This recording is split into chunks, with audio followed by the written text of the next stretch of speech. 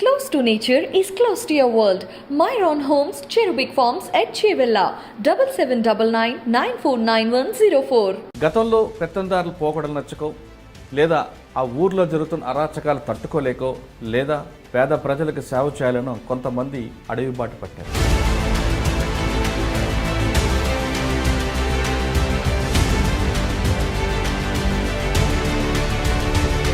రెండు 2004 రాజశేఖర రెడ్డి గారి టైంలో ప్రభుత్వం ఇచ్చిన పథకాలకు జనజీవన సంస్థలు కలిశారు. అసలు మీరు ఆ టైంలో ఎందుకు వెళ్లాల్సి వచ్చింది? నా పేరు మొహమ్మద్ ఇబ్రాహీం, పార్టీలో పేరు సలీం. మేము పుట్టి పెరిగింది ములకలపల్లి, మొత్తం తిరిగింది మాత్రం ఛత్తీస్గఢ్, ఒరిస్సా. పేరు రాపించుకొని ఫుడ్ పెట్టేవాళ్ళు. ఏ జిల్లా ఆ జిల్లా అడగకపోయేది. అప్పుడు ఉమ్మడి ఆంధ్రప్రదేశ్ ఉన్నప్పుడు కొన్ని ఐటమ్స్ తీసుకునేటోళ్ళు వాళ్ళు. మా దగ్గర ఉండి తెల్లారులు పాటలు పాడించేవాళ్ళు. తెల్లారినాక పోలీసులు వచ్చి హోదా కావాలా, మేము ఆయుధం పట్టాలా, ఫైర్ చేయాలి, వాళ్ళు చంపాలనే ఆలోచన మాకు లేదు. మాకు మంచిగా అనిపించేది పార్టీలో పనిచేయాలా, ప్రజల కోసం పనిచేయాలి. లేవు మా మీద ఫైరింగ్ లేదు, వాళ్ళు మేము ఫైరింగ్ చేయకపోయేది. మాకు అప్పుడు ఆల్రెడీ మాకు ఆయుధాలు ఉండేవి, వాళ్ళకి ఆయుధాలు ఉండేవి. మాకు 303 ఉంటే వాళ్ళకి 303 రైఫిల్ ఉండేది. 4 క్యాన్లు వేసుకొని వచ్చాం, మంచి నీళ్ళు కొట్టుకొని పోదాం నైట్. ఇతను ఈ కానిస్టేబుల్ కొద్దిగా మందు తాగి పక్కన ఉండి మాకు కెట్టుమంటే కొడతాను. వాళ్ళు కూడా సీసా పట్టుకొని సగం మందు తాగి మళ్ళీ నీళ్ళు పట్టుకొని తాగినాక ఆడలు ముగ్గురు వచ్చి మీరు చచ్చిపోతారా, మీరు పోండిరా, తొందరగా పోండిరా అంటే అప్పుడు చెవులో పెట్టి చెప్తే 100 స్పీడ్లో పోతారండి వాళ్ళిద్దరు, బైకు. ఎక్కువగా నిర్బంధం ఉన్న టైంలో ట్రీట్మెంట్ అంటే చాలా భయంతో కూడింది. అటువంటి పరిస్థితుల్లో మీరు ఎలా తీసుకెళ్లేవారు? చిన్న చిన్న ఆర్ఎంపీ డాక్టర్స్ ద్వారా ఆ పై ఏ డాక్టర్ దగ్గర పోతే బాగుంటుంది అనే ఆలోచన మీద ఇంత టెన్షన్ మధ్యలో అక్కడ ఉండి వాళ్ళు ప్రజలకి ఏం చేద్దాం అనుకుంటుంటారండి? ప్రజా సమస్యలు చాలా ఉన్నాయి. ఈ ప్రభుత్వాలు చెప్పే ఆఫర్లు, ఈ చేసే పనులు ఇది చూడండి. ఇప్పుడు నా పరిస్థితి చూసారా, అట్లా ఉంది. పార్టీ వల్ల ప్రజలకి పలానా మేలు జరిగింది, పార్టీ చేసే మంచి కార్యక్రమాలు చెప్పండి. ఇవాళ ఛత్తీస్గఢ్ బార్డర్లో నిరుపేద పిల్లలు కాలేజీకి పోయి ఇంటికి నైట్ పూట దిగి ఇంటికి నడిచి వెళ్తున్నారంటే పార్టీ భయంతో వెళ్తున్నారండి. ప్రజల్లో రాజకీయ అవగాహన సదస్సులు లేకపోవడం వల్ల, వాళ్ళకి రాజకీయ అవగాహన లేకపోవడం వల్ల ఈ ఓటు బ్యాంక్ రాజకీయాలు జరుగుతున్నది వాస్తవం కాదు. గిరిజనులను మోసం చేసి సంపాదించుకొని తినే వ్యక్తులు తప్ప సాధారణంగా సెంట్రల్ కమిటీ వాళ్ళకి సపరేట్గా, కింద వాళ్ళకి సపరేట్గా ఉంటే వంటలు ఇది అందరికి ఒకటే వంట అండి. అందరికి ఒకటే వంట. అసలు ఫుడ్ దొరికింది ఒక్కోసారి నిర్బంధం. ఎండాకాలం 3 రోజులు 4 రోజులు కూడా అన్నం దొరకదండి. స్కూల్ పెట్టి స్కూల్లో చదివించడం వరకు పర్వాలేదు, కానీ తర్వాత వాళ్ళని పార్టీలో తీసుకోవడం, పార్టీలో వాళ్ళ ఇష్టం వస్తారు, లేకపోతే వాళ్ళు డెవలప్ కావాలా, వాళ్ళు ఒక పోలీస్ ఉద్యోగం తప్ప. పోలీస్ ఏది ఎవరా? పోలీస్ అనేది అది జరగని పని. ఎందుకు? మిగతా నక్సలెట్లలాగా, మిగతా మాజీల్లాగా దందాలు చేయాలి, సెటిల్మెంట్ చేయాలని ఆలోచన ఇప్పుడు రాలేదు. పార్టీలో మేము వల్గర్గా పెరిగిన వాళ్ళం కాదండి. పార్టీలో ఏంటంటే ఎప్పుడో ఒకసారి వచ్చి పోయి 4 రోజులు కూర్చొని మళ్ళీ బయటికి పోయి మందు తాగి ఈ డ్యాన్సులు చేసేవాళ్ళు.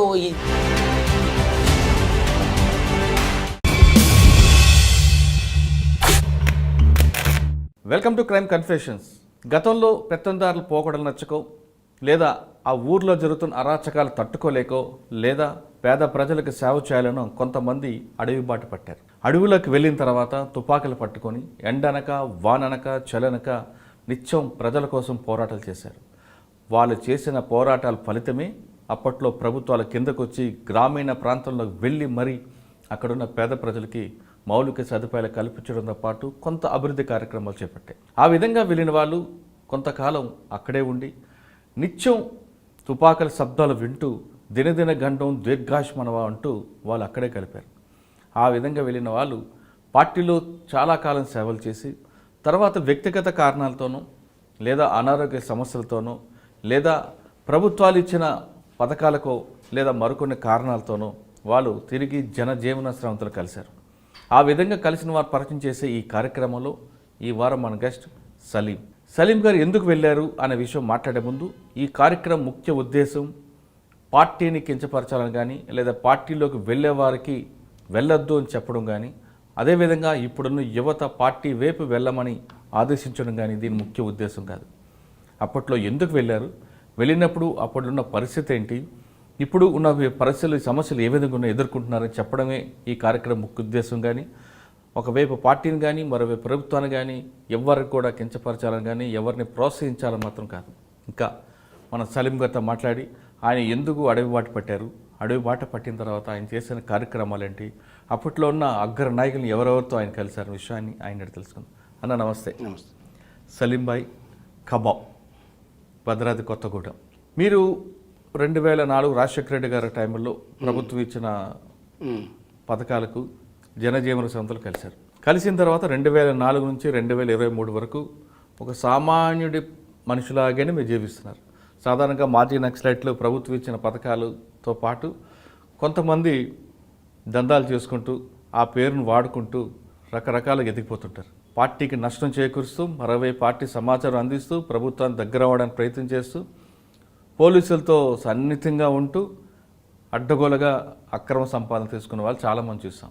కానీ మీరు మాత్రం అక్కడ యూనిఫామ్ ఒకటే చేంజ్ అయిన తప్ప మామూలుగానే కనిపిస్తున్నారు.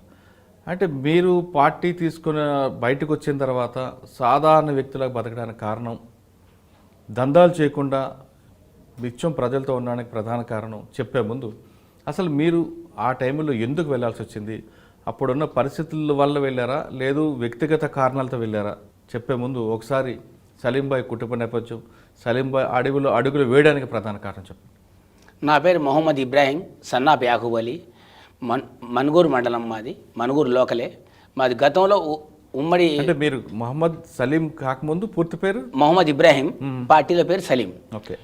ఉమ్మడి సలీం అని ఒకటి బాన్స్వాడ దగ్గర దళం ఉండే ఆ సలీం పేరు ఆయన పేరండి. ఆయన ఉమ్మడి ఖమ్మం జిల్లా ఒకప్పుడు. మా సొంతూరు ములకలపల్లి మా సొంతూరు. మేము ములకలపల్లి నుంచి 1957లో మన మనుగూరు వెళ్ళిపోయాం. సింగిరిని బొగ్గుబాయిలు దవ్వుతున్నారని మా నాన్నగారు మనుగూరు తీసుకెళ్లారు. మేము పుట్టి పెరిగింది ములకలపల్లి, మొత్తం తిరిగింది మాత్రం ఛత్తీస్గఢ్, ఒరిస్సా ఆ రూట్లో తిరిగాం. అయితే మా నాన్నగారితో మా కుటుంబం, మేము 4 కుటుంబాలు ఉండే, ముస్లిమ్స్ కుటుంబాలు ఆ రోజుల్లో. వాళ్ళు మటన్ షాపు, మేకల వ్యాపారం చేసేవాళ్ళు పెద్దలు. వాళ్ళతో పాటు మేము కూడా, నాది 83 10th అండి. 10th వరకు మనుగూరులో 7th వరకు మనుగూరు చదువుకున్నా. ఈ 10thకి నా చిన్నాటి స్నేహితులందరూ ట్రైబల్స్, మొత్తం ఎక్కువ ట్రైబల్స్ అయితే వాళ్ళు 7 హాస్టల్ చదువుకునేవాళ్ళు. వాళ్ళు 7th క్లాస్ నుంచి నన్ను అక్కడికి రమ్మంటాం, వాళ్ళ దగ్గర పోవటం, వాళ్ళతో పాటు తిరగటం, వాళ్ళ హాస్టల్లో పండుకోవడం వాళ్ళతో పాటు. వాళ్ళు ఇక పగలు వాళ్ళు స్కూల్లో చదువుకునేదని మేము కూడా వాళ్ళతో పాటు వెళ్ళేది. మాకు 7th వరకే మనుగూరులో ఉండేదండి అప్పట్లో. 83లో 10th మనుగూరు లేదు. అయితే అక్కడి నుంచి 7:30 పోయి 7:30 హాస్టల్ పిల్లలతో పాటు మేము కూడా చదువుకునేవాళ్ళం. అప్పుడు ఇంత ఏం లేదండి. ఈ జాయిన్ చేయించాల, పుస్తకాలు తేండి, పేపర్లు తేండి, నాన్న పేరు అయ్యే పేరు ఏం లేదు. అప్పుడు ఎవరు వచ్చినా చదువు హాస్టల్లో పేరు రాయించుకొని ఫుడ్ పెట్టేవాళ్ళు. ఏ జిల్లా ఆ జిల్లా అడగకపోయేది అప్పుడు, ఉమ్మడి ఆంధ్రప్రదేశ్ ఉన్నప్పుడు. 7th నుంచి 10th వరకు 7:30 పిల్లలతో వాళ్ళ హాస్టల్లో వాళ్ళు చదువుకునే వయసులో వాళ్ళ దగ్గర పోయి మేము వాళ్ళతో పాటు కొద్ది గొప్ప చదువుకుంటూ 10th వరకు 7:30 మంగపేట మండలాల్లో, వరంగల్ జిల్లా, ఉమ్మడి వరంగల్ జిల్లా 7:30 మంగపేట మండలాల్లో ఆడ కొన్ని రోజులు చదువుకుంటూ 10th వరకు పూర్తి చేశానండి. 10th వరకు పూర్తి చేసిన తర్వాత ఈ 3 సంవత్సరాలు 4 సంవత్సరాలు మంగపేట 7:30 తిరగడం, ఆడ చదువుకోవడం వల్ల నైట్ పూట హాస్టల్స్లో పండుకోవడం జరిగేదండి. నైట్ పూట పండుకుంటే 7:30 8 అయితే దళాలు పార్టీలు వచ్చేయండి. వచ్చి మీరు పాటలు పాడాలా, మంచిగా ఉండేది అది, మరి పాల ప్యాకెట్లు కావాలా, షుగర్ అని. మాకు వచ్చే కోటలో కూడా వాళ్ళకి ఎక్కువ వచ్చేది. అప్పుడు పిల్లలు తక్కువ ఉండేది, కోట ఎక్కువ వచ్చేది అప్పుడు ఉమ్మడి ఆంధ్రప్రదేశ్ ఉన్నప్పుడు. ఆ కోటలో ఉంటే మాకు ఎగస్ట్రా మిగిలేవి. వాళ్ళకు ఒక పాల ప్యాకెట్లు, పౌడరు, ఆ టీ పొడి ఇట్లాంటివి ఇచ్చేవాళ్ళం. వాళ్ళు టీ కాసుకునేటందుకు కొన్ని ఐటమ్స్ తీసుకునేటోళ్ళు వాళ్ళు. మా దగ్గర ఉండి తెల్లారులు పాటలు పాడించేవాళ్ళు. తెల్లారినాక పోలీసులు వచ్చి చాలా ఎవరెవరు పాటలు పాడినట్టు మా క్లాస్లో ఎవరు పెద్దవాడు ఉన్నాడు వాడు లీక్ చేసేవాడు భయపడి. ఆ ఇల్లు అంటే వాళ్ళు దెబ్బలు కొట్టిపోయేటోళ్ళు. అయ్యో పోలీసులు అట్లా చేసేది. ఇక మంగపేట మండలంలో అప్పుడులో మీ దగ్గరకు వచ్చిన నాయకుల పేర్లను గుర్తున్నాయా? ఎవరైనా చూసేవారు హాస్టల్? ఇంకా అప్పుడంటే సీనియర్లు అండి. అప్పుడు సీనియర్లు అంటే బెద్దభద్రన్న ఉండేయండి. ఆయన ఇప్పుడు జగదల్పూర్లో ఉంటాడు, బిర్యాభద్రన్న. ఆయన లతక్క వాళ్ళ భార్య ఆయన ఉండేది. చలమన్న హయంలో అప్పుడు ఉమ్మడి పీపుల్స్ వార్ పార్టీ, అది పీపుల్స్ వార్ పార్టీలో నుంచే ఇది మావోయిస్టుగా 2004లో మారింది. అప్పట్లో సీనియర్ నాయకులు ఉండేది, వాళ్ళు మేము కార్యకర్తలు అండి, ఏముంది వాళ్ళకి ఏ పేరేంది ఏంది అని రాసుకొని చెప్పుకునేది కాదు కదండి. ఇక మాకు కొరియర్గా పంపించేది బయటికి సామాన్లు అంటే మీరు హాస్టల్లో ఉన్నప్పుడు వాళ్ళు మీకు దగ్గర దగ్గరయ్యేవాళ్ళు. ఓకే, అటువైపు ఎందుకు వెళ్ళాలనిపించింది? అది ఇక ఏముందండి, మనుగురులో 7th వరకు అయిపోయింది. ఇక మేము 10th ఎక్కడ చదువుతాం, ఏం లేదు. 7 ఆరంభంగాపేట మండలాల్లోనే కొద్ది టీచర్స్, అప్పుడు ఉమ్మడి వరంగల్ జిల్లా కాబట్టి బాగుందండి. అప్పుడు వరంగల్ జిల్లా తప్ప కాలేజ్ చేయాలన్నా ములుగు రావాలా, కాలేజ్ చేయాలి ములుగు రావాలా, అట్లాంటి పరిస్థితి. ఇక ఆ క్రమంలో ఇక చదువుకుంటూ అవన్నీ చేసాము. కొద్ది కేసులు పడే పొజిషన్ కనపడదండి. ఇక అవన్నీ నిర్బంధాలు పెరిగినాయి. నిర్బంధాలు పెరిగి కేసులు పడే పొజిషన్ ఉన్నప్పుడు ఈ ఇందిరాగాంధీ చనిపోయిందండి. అప్పుడు ఇందిరాగాంధీ 83 నవంబర్ అక్టోబర్ ఏదో చనిపోయినప్పుడు కొద్దిగా అప్పుడు నిక్కర్లు అండి పోలీసులకి, పాయింట్ లేవు నిక్కర్లు. వాళ్ళు డామ్ డూమ్ ఎరా ఏ సంగతి ఆంధ్ర వాళ్ళండి, మొత్తం బాగా క్యాసగా మాట్లాడి బెదిరించేవాళ్ళు తప్ప వాళ్ళు ఏం చేసేవాళ్ళు కాదు, కొట్టేవాళ్ళు కాదు. పిల్లలు కదండి, చదువుకున్న పిల్లలుగా మంచి చదువుకోవాలరా అది అని చెప్పేది, చాక్లెట్లు ఇచ్చేది, అది చేసేది. కొద్దిగా సరదాగా అనిపిస్తుంది వాళ్ళని చూస్తే, ఏమనకపోయేది. ఏదన్నా బాగా బయటపడితేనే తీసుకుపోయి 2 దెబ్బలు కొట్టేది. అంతా పోలీసు వాళ్ళు అంత నిర్బంధం, బాగా కాళ్ళు పైకి లేపి కొట్టడం, ఈ సినిమా లెవెల్లో పిల్లలు చేయకపోయేది. ఎవరన్నా అగ్ర నాయకులు దొరికితే చేసేది. అంత మాకైతే అంత వ్యవహారం లేదు. 86, 87 వరకు చేశానండి అక్కడ. ఆడ నుంచి ఛత్తీస్గఢ్ మొదలుపెట్టాయి. నిర్బంధం చనిపోయిన తర్వాత ఏం జరిగింది? ఇందిరాగాంధీ చనిపోయిన తర్వాత మేము చర్ల గోదావరి అవతల దాటామండి. మాకు మనుగురు నుంచి చర్ల దగ్గర ప్రాంతాలు ఉన్నాయి. ఎందుకు వెళ్ళారు అటువైపు? ఇక్కడ నిర్బంధం చదివారు, ఇంకా పైకి చదువుకోవాలని ఆలోచన లేదండి. ఇక చదువు లేదు. ఇక ఇది జాష మొత్తం మైండ్ అంతా అప్సెట్ అయిపోయింది. ఇక ఈ పార్టీ వైపు వాళ్ళ పాటలు వాళ్ళ ఆటలు దాన్ని ఆకర్షణ అయ్యి పార్టీలో పోవడం జరిగింది. మరి అమ్మా నాన్నకి చెప్పలేదు? మనుగురు వచ్చాము. మనుగురు వచ్చి మా అమ్మ నాన్నకి చెప్తే మా అమ్మ నాన్న కొన్ని రోజులు కొట్టడం తిట్టడం అవన్నీ చేశారు. ఆ తర్వాత మా నాన్నగారు చనిపోయారు, మా అమ్మ ఉంది. ఇక మా అమ్మ ఉన్నాక మేము ఇక మా పెద్దన్న ఎన్నోసార్లు కొట్టిండండి పోవద్దు అది ఇది అని, అయినా ఒప్పుకోలేము. మేము పార్టీలో పోవడం రావడం చేసాం. అప్పుడు బాగా మాకు ఫోటోలు గీటోలు దొరకక ముందు బాగా నోటెడ్ కాక వరకు 89, 90 వరకు నోటెడ్ కాలేదు. బాగా లోపలికి పోవడం, నెల రోజులు ఉండి ఒక 2 రోజులు రావడం, అట్లా చూసుకొని వెళ్ళిపోవడం. ఏదో సమస్య వచ్చినప్పుడు లోపల ఏం చేసేవారు వెళ్ళి? ఏం లేదండి, వాళ్ళు వంటలు వండించేవాళ్ళు. నాయకులు ఎవరైనా వస్తే ట్రీట్మెంట్కి తీసుకెళ్ళటం, ఎవరైనా అక్కలేదన్నా. మీకు అప్పుడు వయసు ఎంత అండి? నాది అప్పుడు ఎంత అండి, 16, 17 ఉంటాయి. నాకు 56 సంవత్సరాలు నా వయసు, 56. అచ్చా, లోపలికి వెళ్ళి అక్కడ వంటలు చేయడం, వాళ్ళకి హాస్పిటల్ చేయడం, కొరియర్ లాగా వాళ్ళకి సామాన్లు తెచ్చియడం, అవి చేయడం అండి. లేదంటే వాళ్ళు ఏదన్నా ఐటమ్స్ తయారు చేయమంటే రాడ్లు కట్ చేసి అవి ఐటమ్స్ తయారు చేసి కొన్ని బాధ్యుడు ఎవరండి అప్పుడు మాకు బాధ్యుడు అంటే చాలామంది ఉన్నారండి, పెద్ద వాళ్ళు. వాళ్ళు అంతా చనిపోయారు, కొంతమంది బయటకు వచ్చారు. మా మొన్న ఆయన కేంద్ర కమిటీ నెంబరు శ్రీనివాసరెడ్డి, ఎక్కటి శ్రీనివాసరెడ్డి ఐతు మొన్న సైలెంట్ అయిన చూడండి, ఆయన కింద కూడా పనిచేసాం. కాకపోతే నాయకత్వం పెద్ద నాయకుల దగ్గర పనిచేసినా కానీ మేము క్యాడర్ కిందదే అండి. మాకు హోదా కావాలా, మేము ఆయుధం పట్టాలా, ఫైర్ చేయాలి, ఒకటి చంపాలనే ఆలోచన మాకు లేదు.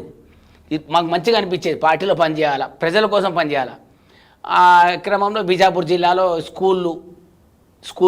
స్కూళ్ళకి ఏదైనా మంచి చెడు చూడడం, వాళ్ళు పార్టీ ఎవరైనా కార్యకర్తలు వస్తే వాళ్ళని తీసుకుపోయి కలపడం, వాళ్ళు ఏదైనా పంచాయతీలు ఉంటే గ్రామ కమిటీలు ద్వారా అట్లా చేయడం, ఇట్లాంటివి చేసేదండి భద్రంగా ఉన్నప్పుడు.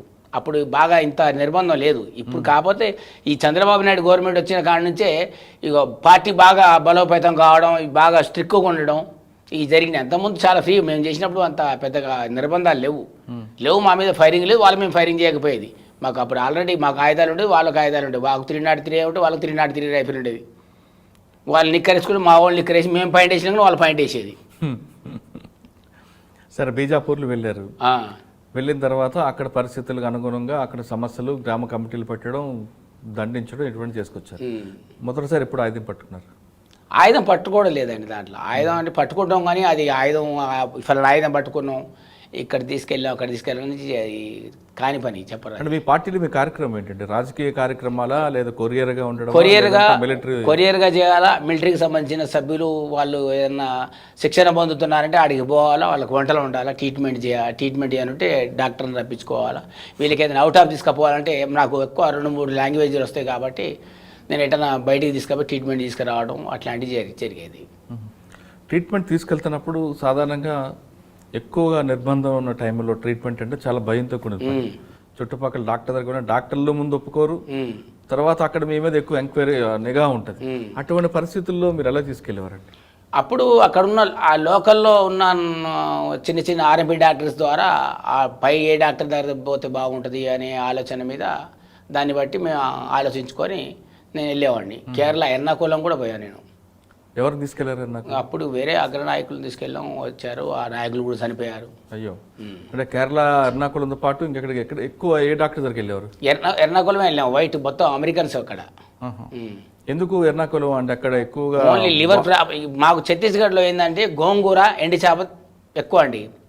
గోంగూర ఎండి చేప వల్ల ఏమైతే కిడ్నీల మీద లివర్ మీద ఎఫెక్ట్ పడుతుంది. అక్కడ గోంగూర ఎండి చేప తింటే కిడ్నీ లివర్ రెండు పడుతుంది, చాలా వరకు దాని మీద లోడ్ పడుతుంది. డైలీ ఫుడ్ అనేది డైలీ ఈరోజు క్యారెట్ తిన్నాం, రేపు క్యాబేజ్ తిన్నాం అనే ఇంకోటి తిన్నాం అని దొరకదు.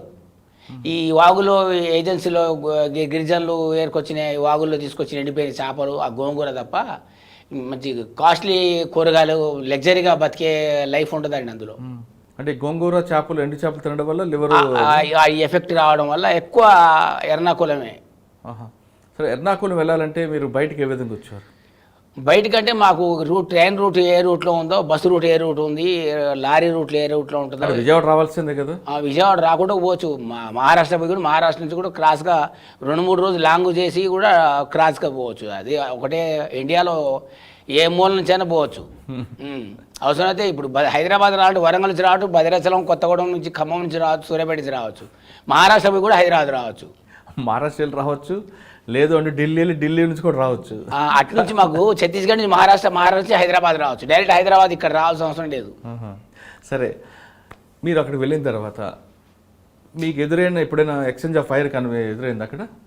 ఫైరింగ్ అంటే భద్రలో ఉన్నప్పుడు జరిగిందండి. మాకు సెంట్రల్ కమిటీలో ఉండేవాళ్ళు కాదు, మాకు జెట్ కేటగిరీ ఉంటుంది. జెట్ కేటగిరీ మాకు ఫైరింగ్ మా దాకా రావాలంటే దాదాపు 10 కిలోమీటర్ దూరం నుంచే మాకు కొరియర్ వ్యవస్థ గట్టిగా ఉంటుంది. మొత్తం అన్నీ ఉంటాయి మాకు. సెంటర్ కమిటీకి మధ్యలో ఉంటాం మేము. అక్కడ ఎక్కడైతే సాధారణంగా ఏ విధంగా ఉంటాయండి? ఇప్పుడు పోలీసులు చెప్తుంటారు, మేము అడవిలో కోంబింగ్ వెళ్ళాం, ఎదురు కాల్పులు జరిగాయి, వాళ్ళు పారిపోయారు, మేము వచ్చేసాం, లేదా వాళ్ళ కిట్ బ్యాగ్ దొరికాయి అంటుంటారు. అంటే ఇప్పుడు సెంట్రల్ కమిటీ మెంబర్ ఉండాలంటే ఎన్ని అంచెల భద్రత ఉంటుంది? ఫస్ట్ సెంట్రీ ఎక్కడ ఉంటారు, తర్వాత పాయింట్ ఎక్కడ ఉంటుంది, మెయిన్ టార్గెట్ ఎక్కడ ఉంటారు? అది మన సినిమాలో చూసినట్టు ఏముంటుందండి. అది కమిటీ, సెంట్రల్ కమిటీ చుట్టూ ఒక 40-50 దళాలు ఉన్నాయంటే మధ్యలో సెంట్రల్ కమిటీ ఉంటుంది. ఆ దళాలు కూడా చుట్టుపక్కల 10 కిలోమీటర్కి లోపులోనే 4-5 స్క్వాడ్లు తిరుగుతాయి. మన స్టిక్గా ఉంటుంది పరిస్థితి. వాళ్ళు బయటికి ఎవరు అది మాకు కూడా మీ సెంట్రల్ కమిటీలో మేము కూర్చున్నప్పుడు ఈ వ్యవహారం చేసేటప్పుడు వాళ్ళ దగ్గర మేము పోయినప్పుడు మాట్లాడినప్పుడు ఆ పైనుంచి ఎవరు వస్తారు, ఎవరు పోతారు, ఎట్లా వస్తారు అనేది కూడా తెలియదండి. అంత స్టిక్గా ఉంటుంది. అదే పార్టీ అంటే అదే కదా, తెలియదు. డాక్టర్ ఆయన ఎవరు, కాంట్రాక్టర్ డాక్టర్ ఆయన ఏం చేస్తుంది వచ్చింది అనేది కూడా మాకు తెలియదు. అంటే ఇప్పుడు ఒక గ్రామం నుండి సెంట్రల్ కమిటీకి వెళ్ళాలనుకోండి, అంటే వాళ్ళ అనుమతితోనే వెళ్ళాలంటే ఎన్ని రోజులు పడుతుంది? మనకు ఇప్పుడు చర్ల ఉందండి, చర్ల నుంచి భద్రాచలం పక్క చర్ల ఉంది. చర్ల నుంచి పోవాలంటే వాళ్ళ బార్డర్, మన తెలంగాణ బార్డర్ వరకు పోవచ్చు. ఆడ నుంచి తిప్పాపురం నుంచి వచ్చి లోపలికి పోవాలంటే మాత్రం గ్రామ కమిటీలు ఉంటాయి. గ్రామ కమిటీ వాళ్ళు ఆపుతారు.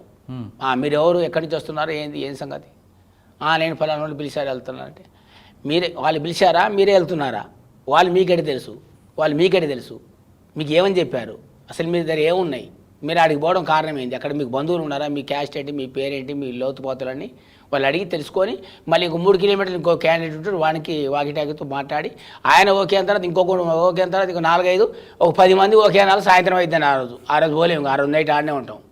2వ రోజు ఇవన్నీ క్లియరెన్స్ అయిన తర్వాతనే మీకు ఎక్కడికి తీసుకుపోవాలనేది వాళ్ళు ఆలోచించి తీసుకెళ్తారు తప్ప పోగానే సినిమాలాగా 4 చెట్టు దాటంగానే తుపాకులు కనపడతాయి, అక్కడ అది ఉంటుంది, ఇది ఉంటుంది, డ్యాన్సులు ఉంటాయి, పాటలు ఉంటాయి, ఏముండవండి అక్కడ. చాలా స్టిక్ ఉంటుంది. కానీ మరి పోలీసులు వెళ్తున్నప్పుడు సెంట్రల్ కమిటీ దగ్గరకు వచ్చారు, వాళ్ళు ఇక్కడ కానీ ఫైరింగ్ ఓపెన్ అయితే అటువైపు వెళ్ళొచ్చు అంటే ఎంట్రీ ఎగ్జిట్ 2 చూసుకుంటారు. చూసుకొని యూ షేప్లో ఫైరింగ్ ఓపెన్ చేస్తారు, ఎక్కడో దగ్గర అవుట్ అవ్వడానికి. 2 క్లోజ్అప్ అయితే వాళ్ళకు మన క్రాస్ ఫైరింగ్ అవుతుంది. ఒక్కోసారి నార్త్ వైపు పారిపోయారు అనుకోండి, అక్కడ కూడా ఒక అవుట్ పోస్ట్ ఉంటుంది. ఇవన్నీ క్రాస్ చేసి సెంట్రల్ కమిటీలు బయటకు వెళ్ళి వస్తారండి. సెంట్రల్ కమిటీకి ఇప్పటివరకు డైరెక్ట్గా సెంటర్ కాడికి పోయి ఫైరింగ్ చేసిన దాఖలాలు లేవండి. అంత పెద్దగా ఎవరు సాహసం చేయలేరు. రావాలంటే మా దగ్గర చాలా చాలా పెద్ద ఫోర్స్ ఉంటుంది. వాళ్ళు 90 మంది ఉన్నా ఒకటే, వీళ్ళు 5 ఉన్నా ఒకటే. అది వీళ్ళేమో అడవిలో నేర్చుకుంటారు, వాళ్ళు ఎడారిలో నేర్చుకుంటారు. అట్లా ఎడారిలో నేర్చుకున్నది వేరే ఉంటుంది, ఫారెస్ట్ నుంచి కొట్టేది వేరే ఉంటుంది. వాళ్ళ ఆలోచన, వాళ్ళ విధానం వేరే ఉంటుంది. అటువంటి సిచ్యువేషన్లో మీ దగ్గరకు వచ్చి మీరు మిస్ అయింది ఏమైనా ఉందా? మా దగ్గరకు వచ్చి నాకు మిస్ అయ్యేది ఏం లేదండి. నేనున్నంతసేపు ఏం కాలేదు. కాకపోతే దగ్గర దరిదాపులు అవుతున్నాయి, కానీ మాకు అంతవరకు రాకపోయేటి. కానీ సెంట్రల్ కమిటీ మెంబర్లు కొంతమంది ఎక్స్చేంజ్ ఆఫ్ ఫైర్లో చనిపోతుంటారు కదండి. చనిపోతున్నట్టే వాళ్ళు ఏదో వేరే స్కాడ్ల దగ్గర ఏదన్నా ప్రాబ్లం ఉంది, వాళ్ళు ఏదన్నా వాళ్ళకి సరి చేయాలా, వాళ్ళు ఏదైనా బయటికి వెళ్దాం అనుకుంటారా, వాళ్ళు ఏంటి ఫ్యామిలీ ఎవరైనా ప్రేమించారా, ఎవరైనా నేను ఆ అమ్మాయి కమాండరు ఇంకో ఎవరైనా డిప్యూటీ కమాండర్ని ఎవరైనా లవ్ చేశారా, ఏంది ఈ సంగతి ఏంది, మరి వీళ్ళని విడదీద్దామా కలుపుదామా, దీన్ని ఏ ఆలోచన చేద్దాం అనే ఆలోచన మీద ఒకసారి ఒక అగ్రనేత సైడ్కి వెళ్ళిపోయి వాళ్ళకి ఏదో విచారించి వాళ్ళ విషయాలు మాట్లాడుకున్న తర్వాత క్రమంలో ఏదైనా జరిగితే జరగవచ్చు తప్ప పూర్తి ఇన్ఫర్మేషన్ లేదంటే ఆ బయట నుంచి వచ్చే ఫుడ్ ఏమన్నా, ఇప్పుడు బయట నుంచి వచ్చే ఫుడ్ ఎవరు తీసుకుంటలేరు లోపల. బయట నుంచి వచ్చే ఫుడ్ పాల ప్యాకెట్ కానీ, యాపిల్ కానీ, చేపలు కానీ, మటన్ కానీ, చికెన్ కానీ, దాంట్లో ఏమైనా ఇస్తే వాళ్ళు వండుకొని తింటే మూర్ఖత్వం ఎవరు కొంతమంది ఉంటారు. మూర్ఖత్వం దొరుకుతలేదు కదా ఏదో ఒకటి వండండి అని దాంట్లో ఏదైనా మత్తు పదార్థం కలిపి దొరికితే తప్ప డైరెక్ట్గా వీళ్ళు వచ్చి సినిమా లెవెల్లో ఫైరింగ్ చేసేది ఉండదు. వీళ్ళు నక్సల్స్ కూడా వాళ్ళ మీద ఫైరింగ్ చేయాలని, నేను పోలీసులను చంపాలని ఉండదండి. వాళ్ళు ఒకవేళ ఫైరింగ్ చేసి చికాకు చేసినా మేము అప్పటికి మేము చాలా ఓపిక తప్పించుకుందాం అనే ఆలోచన పార్టీకి ఉంటుంది. సార్, ఇంత నిర్బంధం ప్లస్ ఇంత టెన్షన్ మధ్యలో అక్కడ ఉండి వాళ్ళు ప్రజలకి ఏం చేద్దాం అనుకుంటుంటారండి? ప్రజలకి ఏముందండి, ప్రజల సమస్యలు చాలా ఉన్నాయి. ఈ ప్రభుత్వాలు చెప్పే ఆఫర్లు, ఈ చేసే పనులు ఇది చూడండి. ఇప్పుడు నా పరిస్థితి చూసారా, అట్లా ఉంది. అంటే ఇప్పుడు అక్కడ సెంట్రల్ కమిటీ వాళ్ళు అక్కడ అడుగే పరిమితం అయితే కేవలం ఆదివాసీలు మాత్రం చూస్తుంటారా, లేదా మొత్తం ప్రపంచంలో కానీ లేదా భారతదేశం జరుగుతున్న సమస్య అన్నింటి మీద డిస్కషన్ జరుగుతుంది? అంటే ఆడమగా రెండే కులాలండి. ఓన్లీ ఆదివాసులకే చూడాలా, రెడ్డిస్కే చూడాలా, అన్ని క్యాస్ట్ వాళ్ళు అగ్రనేతలు ఉన్నారు, అన్ని క్యాస్ట్ వాళ్ళు ఉన్నారు లోపల. కాకపోతే ఛత్తీస్గఢ్ ఒక ట్రైబల్ ఏరియా కాబట్టి వాళ్ళకి కావాల్సిన నిధులు, వాళ్ళకి కావాల్సిన ఫండ్స్, వాళ్ళకి రావాల్సినవి వాళ్ళకి ఇయ్యమని మేము కొట్లాడి అడగడం తప్ప అచ్చంగా వెళ్ళారు లోపలికి. సెంట్రల్ కమిటీ దగ్గరలో మీరు ఉన్నారు. మీరు దాదాపు 20-30 సంవత్సరాలు పనిచేశారు.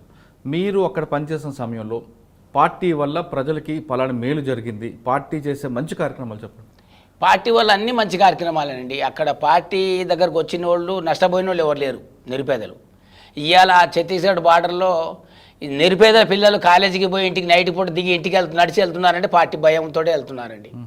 పార్టీ భయం ఉంది కాబట్టి అక్కడ ఉన్న బడా సౌకర్యాలు, సేట్లు కొడుకులు, వాళ్ళు విఐపీలు, కొంతమంది వ్యాపారస్తులు వాళ్ళ పిల్లలు కూడా ఈ అమ్మాయిని ముట్టుకుంటే ఏదో అయితే వద్దు, వాళ్ళు బార్డర్లో ఉన్నానా మనం జాగ్రత్త ఉండాలా అనే భయం ఉంది కాబట్టి ఉన్నామండి. లేకపోతే వెనక నైజాం నవాబు లాగా పట్టుకపోయి చేసే వ్యవహారాలు ఉండేయండి. ఇప్పుడు ఛత్తీస్గఢ్ మన తెలంగాణ బార్డర్లో ఉన్న గ్రామాలు కూడా భయం గుప్పట్లో బతుకుతాయని భయం అంటే ఆ భయం కాదండి. నిరుపేదలను ఎవరిని ముట్టుకొని ఆడపిల్లల్ని కానీ ఎవరినైనా దౌర్జన్యం చేయడం కానీ అట్లాంటివి లేవండి. అందరు సమానం అక్కడ బార్డర్. అంతవరకు చాలా మంచి పని కార్యక్రమం. పార్టీ భయంతో వాళ్ళెవరు దగ్గర రావట్లేదు, దాన్ని మనం హ్యాట్స్ ఆఫ్ చెప్పాల్సిందే. కానీ అభివృద్ధికి ఎందుకంటే ఇంకా ఆ కార్యక్రమం ఆ ప్రాంతం దూరంగా ఉంది. పార్టీ ఎప్పటి నుంచో అక్కడ పాతుకుపోయింది. పార్టీకి ప్రజలకి మధ్యన గ్యాప్ లేదు. ప్రజల సహకారంతోనే పార్టీ అక్కడ మనుగడ ఉంది. కానీ ఇంకా డెవలప్మెంట్ అనేది అక్కడ లేదు. అక్కడ ఎందుకు? ఇప్పుడు వరంగల్, ఖమ్మం, కరీంనగర్ జిల్లాల్లో ఏజెన్సీ ప్రాంతాల్లో గిరిజనులు ఉన్నారండి. ఇప్పుడు ఏటున్నారమే ఉంది. ఏటున్నార చుట్టుపక్కల గిరిజన గ్రామాలు ఒక 15-20 గ్రామాలు ఉన్నాయి. ఏటున్నారని డెవలప్ అయిందండి. ఏటున్నారని డెవలప్ చేశారు. పోలీస్ స్టేషన్ కట్టారు, సిఆర్పి క్యాంప్ కట్టారు, అన్నీ కట్టారు. ప్రభుత్వానికి అనుకూలంగా అన్నీ కట్టారు. అక్కడ ఏటున్నారం చుట్టుపక్కల ఉన్న గిరిజన గ్రామాల్లో ఇంకా నిరుపేద అనేది వాళ్ళు ఇంకెప్పుడు డెవలప్ అవుతారండి. ఇంకెప్పుడు ఏటున్నారం ఒకటి డెవలప్ అయింది. విఐపీలకి వీళ్ళకి డెవలప్ అయింది. గిరిజనులు డెవలప్ కాలేదు కదండి. ఇప్పుడు అది డెవలప్ అయింది. దేనికి డెవలప్ అయింది? ఎందుకంటే డెవలప్ అవ్వలేదు. ఇప్పుడు మీరు తాడ్వాయి మండలం తీసుకోవచ్చు, లేదా మనుగూరు, ఏటూరు నాగారం, తాడ్వాయి నుంచి మనుగూరు రోడ్ తీసుకోవచ్చు, లేదా ఏటూరు అవతల ఛత్తీస్గఢ్ బార్డర్ వరకు వెళ్తే అక్కడ మీకు గిరిజన సంబంధించిన చాలా విషయాలు గ్రామాలు డెవలప్ అయ్యాయి. తర్వాత గిరిజన కార్పొరేషన్ ఉంది. డెవలప్ కాలేదని కాదు, కానీ ఎందుకు ఇంకా చెప్తున్న ఛత్తీస్గఢ్ ప్రాంతం తీసుకుంటే గోదావరికి యువతల వరకు బాగానే ఉంది. గోదావరి అవతల వైపు తీసుకుంటే మీకు ఛత్తీస్గఢ్లో చాలా పట్టుని ప్రాంతం, అటువంటిది ఆ ప్రాంతంలో ఎందుకు అక్కడున్న ఈ ఖనిజం, ఇనుప ఖనిజం, ఈ ఖనిజాలు వీటి కోసమే వాళ్ళని డెవలప్ చేస్తారు, ఖనిజాల కోసం డెవలప్ చేసుకుంటారు తప్ప అక్కడ ఆదివాసీ గిరిజనులకి ఏదో జాబులు ఇవ్వడం, ఉద్యోగాలు ఇచ్చి, ఇప్పుడు భద్రాద్రి పవర్ ప్లాంట్ ఉందండి, ఆ చుట్టుపక్కల గిరిజన గ్రామాల్లో, ఇప్పుడు గిరిజన గ్రామాలకు సంబంధించిన ల్యాండ్స్ ఆ రోజుల్లో వాళ్ళు ఉండో లేకనో 20కో 30కో అమ్మేశారు, ఆ పట్టాలు పాస్బుక్ వీళ్ళకు ఉన్నాయి. అక్కడ ఉన్న భద్రాద్రి పవర్ ప్లాంట్కి సంబంధించిన ఆ జాబులు మొన్న ఇచ్చారు కదండి, ల్యాండ్ పోతే వాళ్ళకి కనీసం అవతల రెడ్డిస్ కానీ, చౌదరీస్ కానీ, ముస్లిమ్స్ కానీ ఎవరికన్నా 5 ఉద్యోగాలు ఇచ్చి 2 కానీ 3 కానీ గిరిజనులకు ఇవ్వాలండి. వాళ్ళ పట్టాలు వాళ్ళ పేరు ఉన్నాయి కాబట్టి ఈ తహసీల్దారులు, ఈ గవర్నమెంట్ ప్రభుత్వాలు వీళ్ళ పేర్లు మార్చి, దీన్ని ఆన్లైన్ మార్చి, ధరని ఇంకా పెద్ద కుంభకోణం అని ధరని ఇవాళ ఉన్నది రేపు రాదు. సరే, ఇక్కడ వరకు మాట్లాడదాం. పార్టీ గురించి మాట్లాడుకునేసరికి పార్టీలో అక్కడున్న చుట్టుపక్కల ఉన్న గ్రామాల్లో కానీ, ఆదివాసీలకు కానీ, లేదంటే మీరు చెప్తున్న గిరిజనుల గూడెల్లో ప్రజల్లో రాజకీయ అవగాహన సదస్సులు లేకపోవడం వల్ల, వాళ్ళకి రాజకీయ అవగాహన లేకపోవడం వల్ల ఈ ఓటు బ్యాంక్ రాజకీయాలు జరుగుతున్నది వాస్తవం కాదా? ఓటు బ్యాంక్ రాజకీయాలు జరుగుతున్నాయండి. ఏజెన్సీలో ప్రజలకి ఎందుకు ఇంకా అవగాహన పెంచట్లేదు రాజకీయంగా ఇప్పుడు అందరికి స్మార్ట్ ఫోన్లు వచ్చినాయి, రాజకీయంగా అందరు అవగాహన ఉంది. కాకపోతే ఏంటంటే వీళ్ళు కొత్త ఇంటికి 5,000 ఇస్తాం, 2,000 ఇస్తాం, 3,000 ఇస్తాం, ఎలక్షన్ మూమెంట్ డబ్బులు ఇచ్చి ఏదో వాళ్ళు మొబైల్ పెట్టుకొని గ్రూపులకు విడదీసి గిరిజనుల్ని ఇది మంది అది మంది ఇది అని చెప్పి వీళ్ళు గ్రూపులు గిడిదీసి వాళ్ళకి ఏదో పైసలు చూపెట్టి ఆ మందు తాగిపించి ఆ 4 రోజులు ఓట్లు వేయించుకొని నిరుపేద గిరిజనులకి మోసం చేస్తున్నారండి. రేఖా కాంతారావు ఒక్కళ్ళు బాగుపడితే కుదరదు. దాని మీద కూడా ప్రజలకి అవగాహన తీసుకురావడం పార్టీ బాధ్యత కదా. పార్టీ బాధ్యత అండి, పార్టీ బాధ్యత ఉంది. పార్టీ కంటే బాగా ఇప్పుడు మా తెలంగాణ గ్రామాల గిరిజనులు బాగా నేర్చుకున్నారు తప్ప వాళ్ళకి ఏదన్నా ముందుండి తీసుకుపోయే పొజిషన్ ఏం లేదండి. ఐటీడీ ఆఫీస్కి 4 తీసుకెళ్లారనుకోండి, దానికి ఒక బ్రోకర్ ఉంటాడు. ఆ 4 ఏముందో 3 పక్కన పెట్టేసి ఒక న్యూస్ పెట్టి ఆ వ్యవహారం సినిమా చేసి ఎవరికాడు గిరిజనులను మోసం చేసి సంపాదించుకొని తినే వ్యక్తులు తప్ప గిరిజనులు న్యాయం చేసే ప్రభుత్వాలు లేవండి ఇప్పుడు. ఓకే, 2004 ముందు వరకు మీకు పార్టీలో ఉన్నప్పుడు మీకు బాగా హత్తుకునే సంఘటన ఉందా? అంటే డెవలప్మెంట్ చేసాం, ఆదివాసీలకు కానీ గిరిజనులకు కానీ మనం ఒక మంచి కార్యక్రమం పార్టీ చేసాం, నేను అనుకున్న లక్ష్యం సాధించాను అన్నది కానీ, లేదు ఇంకేదో చేస్తుంటే బాగుంటుంది మర్చిపోలేని సంఘటన కానీ, లేదు అక్కడున్న పార్టీ అగ్రనాయకులతో కలిసి తిరిగాను, వాళ్ళతో మాట్లాడబట్టి నాకు కూడా రాజకీయంగా అవగాహన వచ్చింది అని చెప్పే సంఘటన ఉంది? రాజకీయంగా అంటే ఇప్పుడు మామూలుగా కొద్ది గొప్ప చదువుకున్న అసలు చదువు రానోడు కూడా పార్టీలో వచ్చి 10th వరకు చదువుకున్న వాళ్ళు ఉన్నారండి, డిగ్రీలు చేసిన వాళ్ళు ఉన్నారు, పార్టీలో చదువు చెప్పిన వాళ్ళు ఉన్నారు, ఈ పిహెచ్డీ చేసిన వాళ్ళు ఉన్నారండి. వాళ్ళు అవగాహన అనేది వచ్చిన కొత్త వాళ్ళని ట్రైనింగ్ ఇవ్వడం, బాగా గుర్తుండిపోయిన సంఘటన? మాకు గుర్తుండిపోయే సంఘటన ఉందండి. గణేష్ అన్న వాళ్ళు మెయిన్ బడా క్యాడర్ వాళ్ళు మాకు జాగ్రత్తలు చెప్పేది, ఊళ్ళల్లో కూడా గ్రామాల్లో కూడా ఎటువంటి అవాంఛనీయ సంఘటన జరగకుండా, వాళ్ళకి నోరు జారి మాట్లాడకుండా వాళ్ళ పద్ధతిగా ప్రజల్ని ఒక అవగాహన చేసి వాళ్ళని కమిటీలు అవి ఇట్లా చేయాలి, మీరు ఇట్లా జాగ్రత్త ఉండాలా, వీళ్ళు సంతకం పెట్టమంటారు, వాడికి పోమంటారు, వీడికి పోమంటారు, ఈ ఎంఆర్ ఆఫీసులో పోతే ఈ రకంగా ప్రభుత్వాలు ఇస్తాయంటనే ఏంటి మీరు తెలుసుకోవాలా, మీ గ్రామ సర్పంచ్ ఎవరు, ఆ పెద్ద ఎవరు, ఇవన్నీ అని విడివిడిగా చెప్పి పంపించేవాళ్ళు. ఓకే, కానీ మీకు బాధపడే సంఘటన గుర్తుందేమన్నా? ఇంక బాధపడే సంఘటన ఏముందండి, బాధపడే సంఘటన ఏం లేదు అక్కడ. సరే, మీరు గణేష్ గారితో పాటు ఇంకెవరెవరితో ఉన్నారు? నేను లక్ష్మీదాతో ఉన్నానండి, హరిభూషణ్ తోటి, తర్వాత సురేష్, సరుబక్క, డిసి మన సుక్కన్న, సరుబక్క వాళ్ళతో ఉన్నాను. ఓకే, మీకు అక్కడ లాంగ్వేజ్ ప్రాబ్లం రాలేదు? అక్కడ లాంగ్వేజ్ అంటే తెలుగు వచ్చిన వాళ్ళు హిందీ వస్తే ఏ భాషన దాన్ని మర్చుకోవచ్చండి, హిందీ వస్తే. ఓకే, 2004 ముందు వరకు అక్కడ ఒక చిన్న సమస్య వచ్చింది. తెలుగు రాష్ట్రాలకు సంబంధించిన తెలుగు వచ్చిన నాయకులు అడవిలోకి వచ్చి, దండకారణ్యంలోకి వచ్చి మా మీద పెత్తనం చేస్తున్నారంటూ పార్టీలో చిన్న విభేదాలు వచ్చాయనేది వాస్తవం? ఇంకా వాస్తవం అంటే వాళ్ళు ఇవన్నీ లోకల్లో ఉన్న ఈ కాంగ్రెస్ బీజేపీ నాయకులు, అక్కడ కాంగ్రెస్ బీజేపీ రెండేనండి, సిపిఎం సిపి అక్కడ ఏమి ఉండదు. ఈ నాయకులు ఏదో మమ్మల్ని అక్కడ కొద్దిగా వీళ్ళ మాటలు వింటారు, మా మాటలు ఎవరు వింటలేరు, వీళ్ళకి ఏదో 2 గ్రూపులుగా విడిదిద్దామనే ఆలోచనతో ఏదో వాళ్ళకు అంటే వాళ్ళ పన్ను కుట్ర చేసి ఈ రకంగా చేయడం తప్ప ఏం లేదండి. పార్టీలో మాత్రం అటువంటి విభేదాలు ఏం లేవు. ఇప్పటివరకు కూడా పార్టీ చాలా కండిషన్లో ఉంది. ఓకే, సరే, మీరు పనిచేస్తున్న సమయంలో ఇటువైపు పార్టీకి సంబంధించిన ఆదేశాల మేరకు చేసిన దాడుల్లో ఏమైనా మీరు పాల్గొన్నారా మీకు ఏమైనా తెలుసా? మేము దాడుల్లో ఏం పాల్గొనాలండి. మేము కమిటీలో పనిచేసాం, మంచి చెడు ఇది చూసాం తప్ప మేము దాడుల్లో పాల్గొనడం అట్లాంటివి ఏం చేయలేదు. ఎవరిని పోలీసు వాళ్ళని హాని చేయాలనేది కూడా లేదు. ఒక్కొక్కసారి నేను మన గుండాల మండలంలో ఒక కానిస్టేబుల్ ఉండే, వాళ్ళు గుండాల నుంచి కరకగూడెం రావాలా. ఆయన ఒకప్పుడు గేట్ కారేపల్లిలో చేసిండు. తర్వాత ఆయన పేరు ముస్లిం పేరే ఉంది, ట్రైబ్, ఆయన పేరు రావట్లేదు. ఆయన దామర్ తోగులు కలిసిండండి మాకు. నేను సరే మర్చిపోయాను, పేరు వదిలేయండి. అక్కడ దళం మేము ఆ దామర్ తోగుకి వచ్చామండి. దామర్ తోగు వస్తే వీళ్ళు ఏం చేశారంటే గుండాల నుంచి కరకగూడెం పోవాలా. మేము అక్కడికి ఆ వాటర్ కాడికి బోరింగ్ కాడికి ఊళ్ళో క్యాన్లు వేసుకొని వచ్చాను. ఊళ్ళోకి 4 క్యాన్లు వేసుకొని వచ్చాం, మంచిళ్ళు కొట్టుకొని పోదామని నైటు. ఇతను ఈ కానిస్టేబుల్ కొద్దిగా మందు తాగి ఇంకొక కానిస్టేబుల్ని ఎక్కించుకొని గుండాల నుంచి దామరతోలు మీదుగా కరగూడెం రావాలి వాళ్ళు సొంతూరు.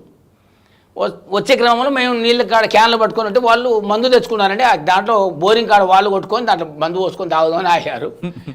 మా ఊళ్ళో మాకు ఒక అక్క ఉండే, మరి రవి ఆర్య సుధాకర్, చచ్చిపోయాడు ఆయన, సుధాకర్ అన్న. అయితే ఆయన పక్కన ఉన్నాడు. పక్కన ఉండి మాకు కెట్టుమంటే కొడతాను. వాళ్ళు కూడా సీసా పట్టుకొని సగం మంది తాగి మళ్ళీ నీళ్ళు పట్టుకొని తాగినాక మమ్మల్ని మేము తెలుసా ఎవరు చూడు, ఇదిగో తెలుసా, ఇదిగో నేను పోలీస్ అంటాడు. బాగా 2 సార్లు 3 సార్లు చెప్తే నేను పక్కకి తీసుకుపోయి, నాన్న వద్దు మీరు వెళ్ళిపోండి ఇక్కడి నుంచి, పోలీస్ అయితే ఏంది, మీరు ఎవరైతే ఏంది, మీరు వెళ్ళిపోండి ఇక్కడి చెప్పి ఆ ఊర్లో పెద్ద మనిషి చెప్తే వాళ్ళ ఆడవాళ్ళు ముగ్గురు వచ్చి మీరు చచ్చిపోతారా, మీరు పోండిరా, తొందరగా పోండిరా అంటే అప్పుడు చెవులో పెట్టి చెప్తే 100 స్పీడ్లో పోతారండి వాళ్ళిద్దరు. బైకు నాటు రోడ్డు ఎగురుకుంటూ పోతారు. వాళ్ళు పానం కిందికి మీదకి తాగి దిగిపోయింది వాళ్ళకి. ఈ పేరు చెప్పగానే ఎవరి పేరు చెప్పకండి, ఈ మరి సుధాకర్ అన్న ఉన్నాడు కదా, సుధాకర్ అన్న ఉన్నాడు. వాళ్ళు తెలియకుండా మందు తాగారు, ఏదేదో మాట్లాడుతున్నారు. నేనే దాన్ని వాళ్ళని రక్షించానండి. ఎందుకంటే పార్టీ అన్న వద్దు అట్లా తప్పది, అది కరెక్ట్ కాదు, మనం కొద్దిగా ఆలోచించు. వాడు తాగి మాట్లాడుతున్నాడు, టీచర్ కావచ్చు, ఏదైనా కావచ్చు, పోలీసు గీలీసు తెలియదు మనకి. ఐడెంటిటీ ఐడెంటిటీ కార్డు చూపెడతాడు. ఎందుకు వదిలిపెట్టారు? అది మాకు కొద్దిగా మానవత్వం అనేది ఉందండి. వాడు తాగి మాట్లాడినంత మాత్రం వాడికి ఫ్యామిలీ పిల్లలు ఉన్నారు, వాళ్ళని మనం అనవసరంగా తీసుకుపోయి కాల్ చేసి చంపేస్తే ఏది పెద్ద టార్గెట్లే కాదు కదండి. ఒక రాజకీయ నాయకుడు కాదు, రాజకీయ నాయకుడైనా మేము చంపాలని కోరిక ఉంటుందండి.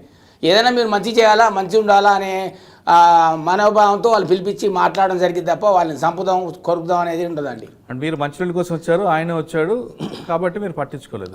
ఒకవేళ ఆయన ఎదురు కాల్పులు జరిపితే ఆయన ఫైర్ ఓపెన్ చేస్తాడు అనుకోండి, మిమ్మల్ని గుర్తుపట్టి, అప్పుడు చేసేది ఏం లేదండి. వాళ్ళు చావడం మేము చావడం జరిగింది. వాళ్ళు ఫస్ట్ ఎక్కడైనా డిపార్ట్మెంట్ ఫస్ట్ ఫైరింగ్ జరగడం జరిగింది. పార్టీ అయితే అంత తేలిగ్గా సూట్ పెట్టి వాళ్ళు కనబడితే కాల్ చేద్దాం అనేది పార్టీ అంత నిర్ణయం తీసుకోవచ్చు. పార్టీకి కొన్ని సిద్ధాంతాలతో ముడిపడి ఉంటాయి. పార్టీ వాళ్ళు అంత చెప్పగానే బండి పారిపోయాడు. చాలా స్పీడ్గా పోతుందండి, 70-80 స్పీడ్లో పట్టిండు. అది యమహా బండి జమ్మల్ని ఎత్తుంది బండి, అంత స్పీడ్లో వెళ్ళిపోయింది ఆయన. సార్ అటువంటి సంఘటనలు ఏమైనా గుర్తున్నాయి? అంటే మీరు ఎలాగా మైదాన ప్రాంతం తిరిగేవారు, పోలీసులు మీరు కలిపి తిరిగిన సంఘటనలు ఉన్నాయా? ఏం లేదండి, వాళ్ళు మాకు కలిసి తిరగడం అని జరగని పని. అది వాళ్ళు దూరం మాకు మేము ఉన్నామని తెలిసి వాళ్ళు దూరంగా పోతే వాళ్ళు పోతారు, వాళ్ళు ఉన్నామని తెలిస్తే మేము దూరంగా వెళ్ళిపోతాం తప్ప ఇది కాల్చుకోవాలా పొలుచుకోవాలా అనేది లేదండి. ఈ పాలక వర్గాల నాయకులు చేసే తప్పులకి వాళ్ళు నిరుపేద కుటుంబం నుంచి వచ్చిన పోలీస్ డిపార్ట్మెంట్ మీద అంతా మాకు కక్ష ఏమి ఉండదండి, అదేం ఉండదు. వాళ్ళు ఒకవేళ మా మీద ఓపెన్ ఫైర్ చేస్తేనే మేము అప్పటికి మామూలుగా ఆలోచించి వాళ్ళు చేసింది ఒకటి 4 చేస్తే మేము ఒకటి చేసి ఆగిపోతాం. మేము దాన్ని గోళీని బాగా చాలా జాగ్రత్తగా వాడతాం మేము. అంటే బుల్లెట్లు ఉండవని ఉన్నా లేకున్నా మాకు వస్తుంది, చేస్తున్నట్టు నడుస్తున్నట్టు. గవర్నమెంట్ పోయిన వాళ్ళు పోతున్నట్టు, నాయకులు పుట్టేవాళ్ళు పుడుతున్నట్టు, వచ్చేవాళ్ళు వస్తున్నట్టు. పార్టీకి లోటు ఉండదండి. 2004 వరకు మీకు ఆయుధాలు ఎక్కడి నుంచి వచ్చేవండి? ఆయుధాలు ఎక్కడ ఉండేది మనకు తెలియదండి.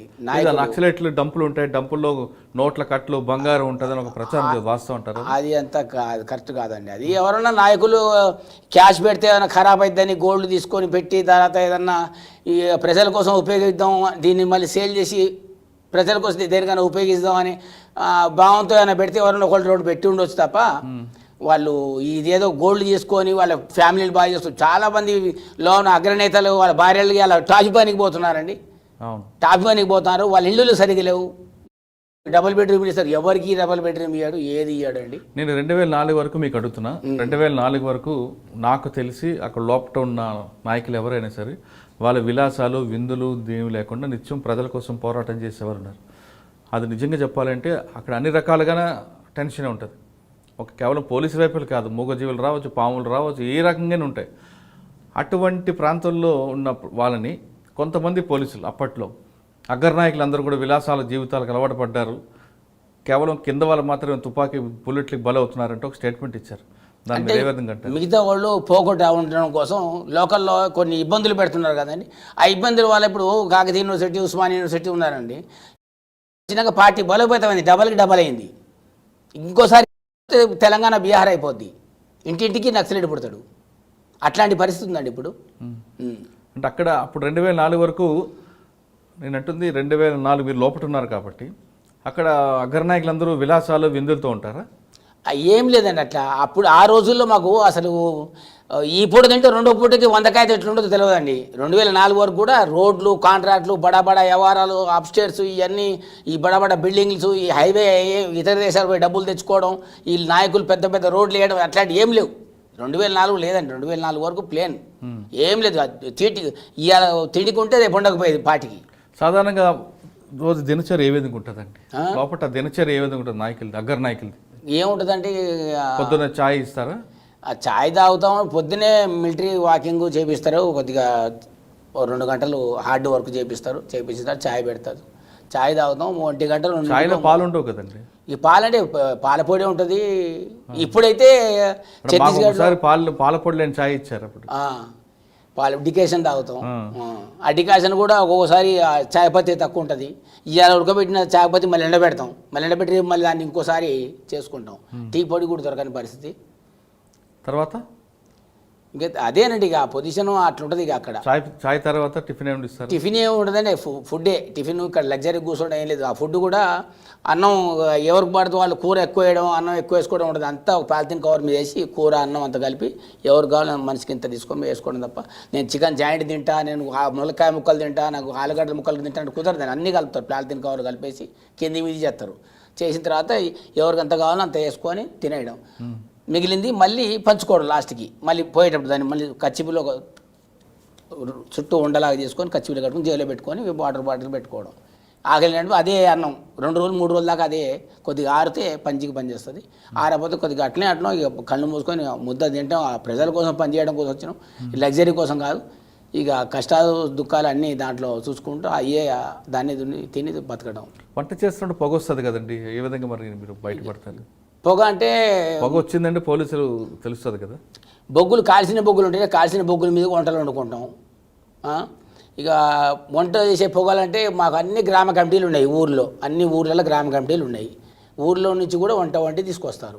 ఒకవేళ దూరంగా ఉంటారు, దూరంగా ఉంటే వంట వండుతామండి. అప్పుడు పొగ వస్తుంది కదా. పొగ వస్తుంది కానీ పెద్దగా రాదు. బాగా గృహాల కింద కొద్ది లైట్గా ఎటు అటు విడిపోయేటట్టుగా, ఒకేసారి భయ్యం లేవకుండా కట్టెలు పొగ వచ్చే కట్టెలు కాకుండా పొగరాని కట్టెలు కూడా ఉంటాయండి. ఆ కట్టెలు వేస్తే ఒక 2 నిమిషాలు అట్లా వచ్చినట్టు అనిపిస్తుంది.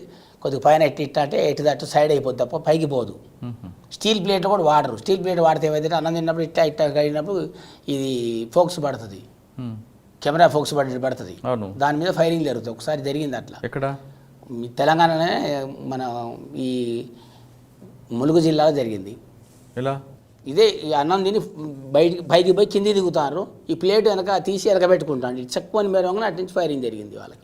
దాని మెరుపు రావడం, ఆ మెరుపు రావడం. అందుకోసం స్టీల్ గిన్నె వాడరు, స్టీల్ ప్లేట్లు వాడరు, రాతింటి ప్లేటే వాడతారు. ప్లేట్ కూడా ఎక్కువ ఉండవు అసలు. ఏమైనా ఇదే ఆకుల్లో తింటారు. ఎవరికో ఒకరికి ప్లేట్ ఉంటుంది చిన్నది. సాధారణంగా సెంట్రల్ కమిటీ వాళ్ళకి సపరేట్గా, కింద వాళ్ళకి సపరేట్గా ఉంటే వంటలు అందరికి ఒకటే వంట అండి, అందరికి ఒకటే వంట. ఎవరైనా దాతలు చేపలు మటను చికెను తెస్తే దాన్ని 20 మంది ఉన్నారనుకోండి, ఒక 2 కేజీలు 3 కేజీలు తెస్తే దాన్నే చిన్న పీసులు చేసి సూప్ లాగా తీసేస్తాం, డైరెక్ట్ సాంబార్ లాగా. ఒక 2 కోళ్ళు ఇచ్చారనుకో, మేము పార్టీ కూడా డబ్బులు ఉంటే 2 కోళ్ళు కొనుక్కొని 4 కోళ్ళు చేసి దాన్ని మనిషికి ఇంత ఒకటే పీసు ఒకటే చేరువ ఉంటే ఒకవేళ, లేకపోతే అదే పచ్చడి అదే కారం. చికెన్ మటన్ తిందాం అనే ఆలోచన పార్టీకి ఉండదండి. మటన్ తినాలి, చికెన్ తినాలి, అలా సండే మండే అనేది ఏముండదు. అసలు ఫుడ్ దొరికింది ఒక్కోసారి నిర్బంధం. ఎండాకాలం 3 రోజులు 4 రోజులు కూడా అన్నం దొరకదండి, వాటర్ మీదనే అంత కష్టం అండి. ఆ వాటర్ మీదనే ఉంటాం. ఎక్కడన్నా ఊరు తగిలితే ఎవరన్నా దాతలు ఫలానా అయ్యో మన ఇబ్బంది పడి అడవిలో పొయ్యిల కట్టెలకు వచ్చేవాళ్ళు, గేదెలు కాసేవాళ్ళు ఎవరైనా ఉంటే ఆలోచన పెట్టుకుంటే మనోళ్ళు ఇక్కడ ఒక 5-6 ఉంటారు అనుకుంటే వాళ్ళు క్యారేజ్ తెచ్చుకుంటారు కాబట్టి కొద్దిగా ఎక్కువ తెచ్చుకుంటారు వాళ్ళు మా దృష్టిలో పెట్టుకొని తగులుతారని. వాళ్ళ దగ్గర అడుక్కొని ఆ ముద్ద 2 ముద్దలు తింటే 2 ఇడ్లీలు అంతా తింటే కొద్దిగా ప్రాణం వస్తుంది, కొద్దిగా సేవ్ అయింది. ఎప్పుడైనా అనిపించిందండి ఎందుకురా ఈ కష్టాలని? నాకేం అనిపించదండి. పార్టీలో పనిచేసాడు కొత్తలో ఒక 10 రోజులు అట్లా అనిపిస్తుంది, ఒక నెల రోజులు 2 నెలలు అనిపిస్తుంది. తర్వాత దాని సమయానికి తిండి ఉండదు, నిద్రపోతే ఏ పాము వస్తే కరుస్తుందో టెన్షన్ ఉంటుంది, ఒకవైపు బుల్లెట్లు రావచ్చు, ఎందుకు వచ్చావరా అని ఇప్పుడు అనిపించలేదు? ఏం అనిపించదండి. ఫస్ట్ స్టార్టింగ్లో కొత్తలో అట్లా బాధ అనిపిస్తే తర్వాత ఏం అనిపించదు. మరి స్నానాలు అవన్నీ అడగండి. స్నానాలు అంటే ఇక రోజు ఎప్పటికప్పుడు సబ్బులు గిబ్బులు షాంపూలు వాడేది ఉండదండి. మామూలుగా స్నానం వారానికో 15 రోజులకో పార్టీ నిర్ణయం వరకు స్నానం చేయాల్సింది తప్ప రోజు స్నానం చేస్తాను ఇస్త్రీ బట్ట దొరుకుతాననేది ఉండదు. కానీ పార్టీ మీద ఒక ఆరోపణ ఉందండి, మైనర్లు గ్రామాల్లో ఉన్న మైనర్లందరినీ పార్టీలకు ఆహ్వానిస్తారు, చిన్నపిల్లల్ని బాల కమిటీలు పెట్టి వాళ్ళతో కూడా చేపించడం అనేది. మాకు దత్తత చేసుకునే గ్రామాలు ఉంటాయండి. గ్రామాల్లో వాళ్ళకి స్కూల్స్ ఉండవు, వాళ్ళు జగదల్పూర్ పోయి చదువుకోలేరు, సుక్మాట్ హత్తివాడ పోలేరు. మాకు గ్రామ కమిటీలో మాకు ఇక్కడి నుంచి చదువు బాగా పెద్ద పెద్ద పిహెచ్డీ చేసిన వాళ్ళు, ఎంఎస్సి బీఈడీ చేసిన వాళ్ళు కొత్త వాళ్ళు జాయినింగ్ వస్తారు, వాళ్ళని స్కూల్లో పెడతాం ఒక 6 నెలలు సంవత్సరం. వీళ్ళు అయిపోయే లోపు ఇంకొకళ్ళు వస్తారు, ఎవరో ఒకళ్ళు. అదే స్కూల్ పెడతాం, స్కూల్ పెట్టి స్కూల్లో చదివించడం వరకు పర్వాలేదు, కానీ తర్వాత వాళ్ళని పార్టీలో తీసుకోవడం అట్లా ఉండదండి. ఆ పార్టీలో వాళ్ళ ఇష్టం వస్తారు, లేకపోతే వాళ్ళు డెవలప్ కావాలా. వాళ్ళు ఒక పోలీస్ ఉద్యోగం తప్ప టీచర్ ఉద్యోగం కానీ, డాక్టర్ ఉద్యోగం కానీ, ఐఏఎస్ కానీ, ఐపీఎస్ వదిలిపెట్టేసి పోలీస్ ఉద్యోగం వదిలిపెట్టి ఏ ఉద్యోగానికైనా మేము ప్రిఫరెన్స్ ఇస్తాం. పోలీస్ అయితే ఎవరా? పోలీస్ అనేది అది జరగని పని, సాధ్యం కాదు. ఎందుకు కాదండి, వాళ్ళు అది అంతా తేడా పడుతుంది వ్యవహారం. వాళ్ళు మళ్ళీ మనుషులే కదా, వాళ్ళు వాళ్ళ పుస్తకం వేరు, వాళ్ళ సిద్ధాంతాలు వేరు. వాళ్ళు ఒకళ్ళు ఉన్నా కానీ పిల్లల్ని చదవనియరు, వాళ్ళు ఏదో అంటారు, ఎమ్మెల్యే వస్తానంటారు, ఎంపీ వస్తానంటారు, కాంగ్రెస్ అంటారు, తెలుగుదేశం అంటారు. ఈ సిటీకి తీసుకెళ్తారు వీళ్ళని తీసుకపోయి 2 గిరిజన పిల్లల్ని తీసుకుపోయి నలుగురు అక్కడ పోయిన 9 అవుతారు. అక్కడ 4 రోజులు బస్సు చేస్తారు, వాళ్ళ అక్రమ సంబంధాలు ఏర్పడతాయి, గిరిజన పిల్లలు పాటు చేయడానికి అవకాశాలు ఉంటాయి. మా దగ్గర ఆ ఊర్లో ఆ చుట్టుపక్కల గ్రామాలు చదువుకొని డెవలప్ అయిన తర్వాత వాళ్ళు ఎక్కడైనా పోవచ్చు. మరీ మైనర్ పిల్లల్ని అయితే మేము బయటికి. సెంట్రల్ కమిటీలో మీకు బాగా దగ్గరగా అనుబంధం ఏర్పడ్డ నాయకులు ఎవరండి? ఇక ఆయన లతక్క ఉండే, భద్రాన్ని ఉండేనండి, వెళ్ళిపోయారు. వాళ్ళు వెళ్ళిపోయినా కూడా నేను బయటకు వచ్చేసానండి. మరి 2004లో ఎందుకు మీరు చర్చల తర్వాత బయటికి రావాలనుకున్నారు? చర్చల తర్వాత అంటే నాకు ఈ మోకాల్లో వాటర్ వచ్చిందండి. నాకు 4 ఆడపిల్లలు. అంటే లోపలికి వెళ్ళిన తర్వాత పెళ్ళి అయిందా కాకముందు? లోన వెళ్ళకముందే పెళ్ళి అయిందండి. పెళ్ళి మామూలుగా కొరియర్గా ఉన్నప్పుడు కూడా మా ఫ్యామిలీ వచ్చేది పోయేది, మేము అంతా మాకు కొరియర్ వ్యవస్థ ఉంటుంది, వాళ్ళ ద్వారా మా ఫ్యామిలీని పిలుచుకురావడం తీసుకుపోవడం అవన్నీ జరిగాయి. మాకు గ్రామ కమిటీలో ఉంటాయి, వాళ్ళ ద్వారా పిలుచుకురావడం, వాళ్ళు మా 15 రోజులు 20 రోజులు ఉంటాం, పోవడం అవన్నీ జరుగుతాయి. మరి మీ కుటుంబం 4 పిల్లలు వచ్చారు, మరి ఆవిడకి పోషణకి మీరు ఏ విధంగా సహాయపడేవారు? ఏం పోషణ లేదండి. మా అమ్మ ఉండేది, మాకు చిన్న చికెన్ సెంటర్ ఉండేది, మా బాబు ఉండేవాడు, మా అమ్మ ఉండేది, మా మిస్సెస్ ఉండేది. ఆ కోళ్ళు గీళ్ళు అమ్ముకుంటూ టీడీపీ సెంటర్లో మన ఊళ్ళో చికెన్ షాప్ ఉండేది. ఆ చికెన్ షాప్ మీద ఫ్యామిలీ వెళ్ళేది. అట్లే ఇక ఏదైనా గుడ్డలు కొనుక్కోవాలంటే పాత గుడ్డలు అవి సంతలు అమ్ముతారు కదండి, అవి తీసుకుని అట్లే ఓపిక పెట్టి ఉండేది. మీరు లోపలికి వెళ్ళి ప్రజల కోసం నిత్యం పోరాటం చేశాం మీకు, మరి మీ కుటుంబం వాళ్ళ పిల్లలకి భవిష్యత్తు చూడాలనే బాధ్యత లేదా? పార్టీకి బాధ్యత ఉందండి, పార్టీకి బాధ్యత ఉంది. పార్టీ కూడా చదివిస్తుంది. కాకపోతే ఆ ఏరియాలో ఉండాలి. మేము ఇక్కడ ఉండి ఈ పార్టీ చదివేయడం జరగని పని అండి. ఛత్తీస్గఢ్లో, ఒరిస్సాలో ఉంటే పార్టీ చదివిస్తుంది, అన్నీ చూస్తుంది పార్టీ. అంటే కుటుంబ పోషణకి డబ్బులు క్యాష్ ఏమి ఇవ్వదండి. వాళ్ళ అందరి పిల్లలు ఎట్లయితే చదువుతున్నారో మన పిల్లలు అంతే చదవాలండి. నేను నాయకుడు కొడుకు కదా, నేను అమెరికాలో పోయి చదువుతానండి, గద్దర్ కొడుకునని యూఎస్ఏలో పోయి చదువుతాను, కుదరదు. అందరి పిల్లలు అక్కడ ఏ కార్యకర్తల పిల్లలు అయితే ఎట్లా చదువుతున్నారో మన పిల్లలు అట్లే కింద కూర్చొని చదవాలి, అట్లయితేనే ఉండాలి. అట్లా తప్ప నేను వీఐపీని, నేను పెద్ద నాయకుడిని, నా కొడుకు పైన చైర్లో కూర్చొని చదువుతానంటే కుదరదు. అట్లా గవర్నమెంట్ స్కూల్ ఎందుకు రావాల్సి వచ్చింది బయటకు మీకు? మా ఫ్యామిలీని పిలిచి వాళ్ళు పోలీసు వాళ్ళు ఈ ఫ్యామిలీ కౌన్సిలింగ్ పెట్టడం, ఈ జరగడం, మీ 4 ఆడపిల్లలు అని చెప్పి. అప్పుడు దేవేందర్ సింగ్, ఇప్పుడు రాసకొండ సిపి గారు, అప్పుడు దేవేందర్ సింగ్ చౌహాన్ ఖమ్మం జిల్లా ఎస్పీ చేశారు. అవును. ఆయన నాగేశ్వరరావు కలెక్టర్ గారని, ఖమ్మం కలెక్టర్ గారు నాగేశ్వరరావు గారు చేశారు. వాళ్ళు చూసి నన్ను గ్యారంటీ రప్పియాలంటే మా మిస్సెస్ని మా అమ్మ వాళ్ళని పెద్దల్ని బాగా టైట్ చేయడం వల్ల మమ్మల్ని పిలిపించుకుంటే మేము వచ్చి ఆయన దగ్గర లొంగిపోయామండి ఎస్పీ గారి దగ్గర. ఎవరెవరు మీరు? నాతో పాటు వేరే వివిధ జనశక్తి గ్రూప్స్ వాళ్ళంతా ఒక 5-6 కలిసి సినిమా చూపించారు అక్కడ సిలిండర్ కింద. ఒకటి మావోయిస్ట్ అనే కాకుండా 4-5 పార్టీలు చిల్లర గ్రూపులు అన్నీ తీసుకొచ్చి దాంట్లో కుప్ప చేసి సినిమా చూపెట్టారు. ఆ రాచకొండ సిపి గారు ఇప్పుడున్న దేవేంద్ర చౌహాన్ గారు అప్పుడు ఎస్పీ, ఉమ్మడి ఖమ్మం జిల్లా ఎస్పీ, ఆయన ముందు సిలిండర్ చూపెట్టారు. నాకు రాజశేఖర రెడ్డి గారి గవర్నమెంట్ కాబట్టి కొద్దిగా న్యాయం జరిగిందండి. రాజశేఖర రెడ్డి గారి గవర్నమెంట్లో న్యాయం జరిగిందంటే కొంతమంది మాజీలకు మాత్రం దందా కింద చేయని వాళ్ళకి మాజీలకు మాత్రం చాలా మంచిగా చూశారు. పోలీసులు కూడా చాలా మంచిగా చూశారు, ప్రవర్తించారు. మేము కూడా చాలా జాగ్రత్త ఒళ్ళు దగ్గర పెట్టుకొని కోళ్ళ వ్యాపారం, మేకల వ్యాపారం, ఏదో వ్యాపారాలు చేసుకుంటూ ఉన్నాం. మాకు 5 ఎకరాల పొలం ఇచ్చానండి. రాజశేఖర రెడ్డి గారి సమయంలో మీరు ప్రభుత్వం ముందు లొంగిపోయారు. అప్పుడు ప్రభుత్వం ఇచ్చినవన్నీ కూడా మీకు అందాయా? నాకు ఇవ్వాల్సింది ఇచ్చానండి. నేను తీసుకున్నాం. 5 ఎకరాల పొలం ఇచ్చారు, నాకు కొంత క్యాష్ ఇచ్చారు. దాంట్లో కొంత క్యాష్ దాతలు ఇచ్చారు. వాళ్ళు కలుపుకొని నాకంటే సాగు చేసిన పొలం ఇవ్వలేదండి, చేను నాకు అడవి ఇచ్చారు. గవర్నమెంట్ ల్యాండ్ 560/1 అడవి ఇచ్చారు. పినపాక పక్కన పోట్లపల్లి పంచాయతీలో అడవి ఇస్తే అడవిని బాగు చేసుకోవడం కోసం ఈ డబ్బులు ఇచ్చారండి. కొన్ని డబ్బులు పోగు చేసుకొని మొత్తం లెవెల్ చేసుకొని దాంట్లో పత్తి, మిర్చి, బొబ్బరి, కందులు ఈ వ్యవసాయం చేసి మొదలుపెట్టిన. అక్కడ కొద్దిగా నేను అందులో ఉన్నప్పుడు ఈ వాళ్ళ ఎంబడికి ఆదివాసులు ఎంబడి పోయి దున్నటం ఇట్లాంటి చేయడం, కొద్దిగా నిర్బంధం బాగుండి ఆగురాలినప్పుడు దున్నుకుంటూ ఉండేదండి. వాళ్ళతోటి దున్నుకుంటూ ఉంటాం, వ్యవసాయం ఎట్లా చేయడం ఏందనేది వాళ్ళు చెప్తాంటే మేము చేసుకుంటూ ఉండేది. ఓకే, ఆ అనుభవం ఉంది కాబట్టి నాకు కొద్దిగా 5 ఎకరాల పొలంలో కొద్ది లెవెల్ చేసుకొని వ్యవహారం చేసుకుంటూ మిర్చి, పత్తి పండించామండి. నేనే పత్తి పండించిన సంవత్సరమే 2008-9లో 12,000, 7,000, 8,000 అయిందండి పత్తి. అప్పుడు నేను బాగానే పండించాను. 15 లక్షలు 14 లక్షలు వచ్చినాయి నాకు మొత్తం. ఆ బారుగా పక్కన ఉన్న వేరే వాళ్ళది కూడా తీసుకొని అది మొత్తం చేశానండి. ఎకరానికి 12 క్వింటాలు 13 క్వింటాలు వచ్చిందండి. దగ్గరే వాగుంది, 20 అడుగుల్లో బోరు పడుతుంది. ఆ బోరు వేసి దాని నుంచి వాటర్ తీసుకొని 2 పంటలు, ఫస్ట్ 2 క్రాపులు తీసిన తర్వాత 3వ క్రాప్కి చిన్నగా వస్తుంది పత్తి. తడి పెడితే మాత్రం మందు వేస్తే మాత్రం మళ్ళీ యథావిధిగా పెద్దగా వస్తుంది. అంటే రాజశేఖర రెడ్డి గారి సమయంలో మీరు రావాల్సిన అందే ప్రభుత్వంలో మంచి జరిగిందండి. మంచి జరిగింది. డిపార్ట్మెంట్ కూడా ఎవరు మనల్ని పిలవడం, ఇబ్బంది పెట్టడం, ఇప్పుడున్న డిపార్ట్మెంట్ కూడా నాకైతే ఇబ్బంది పెట్టలేదండి. ఇప్పుడున్న డిపార్ట్మెంట్ కూడా కాకపోతే వల్లనే ఈ ఇబ్బందులు తప్ప. సరే, ఇప్పుడు మీరు బయటకు వచ్చిన తర్వాత 2004లో బయటకు వచ్చారు. ఇప్పుడు 2023 ఈ మధ్యకాలంలో మీకు ప్రభుత్వం ఇచ్చిన పథకాల ద్వారా మీరు హ్యాపీగా ఉన్నారు. ఉన్న దాంట్లో అంటే మరీ ధనికం కాకపోయినా మీకున్న దాంట్లో ప్రశాంతంగా జీవితం ఉంది. 4 ఆడపిల్లలతో చదివించుకుని ఉన్నారు. మరి మీకు మిగతా నక్సలెట్లలాగా, మిగతా మాజీల్లాగా మీరు దందాలు చేయాలి, సెటిల్మెంట్ చేయాలని ఆలోచన ఇప్పుడు రాలేదా? నాకు ఆలోచన అంటే పార్టీలో మేము వల్గర్గా పెరిగిన వాళ్ళం కాదండి.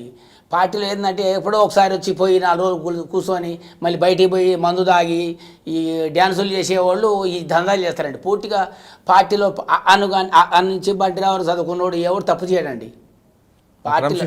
క్రమశిక్షణ ఉన్నవాడు ఎవరు తప్పు చేయడు. ఎవరితో పక్కన నాయకులు నేను మాజీని తెలుసా అని కళ్ళెగరాడు, పద్ధతిగా ఉన్నాడు. దాంట్లో మంచి ఫస్ట్ నుంచి లాస్ట్ వరకు ఉన్నాడు.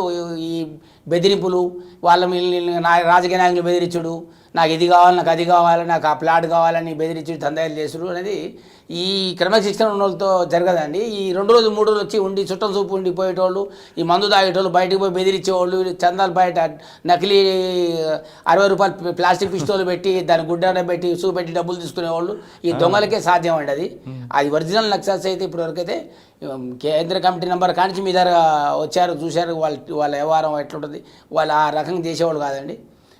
పార్టీలు ఫస్ట్ నుంచి కష్టపడి పార్టీలో ఉన్నవాళ్ళు ఈ దొంగతనాలు, ఈ వ్యవహారాలు చేయరండి, ఈ లూటీలు చేయరు. ఓకే, మీరు పార్టీ నుంచి బయటకు వస్తున్నట్టు మీకు పార్టీ అనుమతి ఇచ్చిందా? మా పార్టీకి చెప్పే వచ్చారండి. నేను మనకేం ఆయుధాలు గీదాలు ఏం లేదు, అయ్యలేదండి. నేను మామూలుగా పార్టీ భద్రన్న వెళ్ళిపోయండి, భద్రన్నతో పాటు మేము బయటకు వచ్చాము.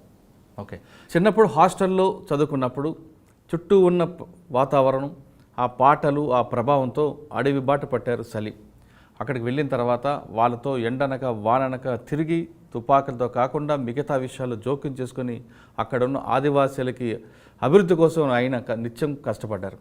కానీ కొన్ని కారణాల వల్ల ఆయన జనజీవన శ్రమతో కలిసిన తర్వాత ప్రభుత్వం ఇచ్చిన పథకాలని ఆయన కాపాడుకుంటూ తన కుటుంబంతో ప్రశాంత జీవితం కొనసాగిస్తున్నాడు. అంటే ఎక్కడ కూడా దందాలు చేయకుండా ఉన్న ఆయన్ని ఒక ప్రజాప్రతినిధి వేధించడం అనేది చాలా దౌర్భాగ్యమైన పరిస్థితి. ఒక మాజీ నక్సలైట్కి ఈ విధంగా బెదిరింపులు వస్తే ఇంకా సామాన్యుడి పరిస్థితి ఏ విధంగా ఉంటుందన్న విషయం మనం చాలా స్పష్టంగా అర్థం చేసుకోవాలి. ఇప్పటికైనా ప్రభుత్వ అధికారులు కానీ ప్రభుత్వ పెద్దలు ఈ విషయంలో జోక్యం చేసుకుంటే ఇటువంటి వాళ్ళకి న్యాయం జరుగుతుంది.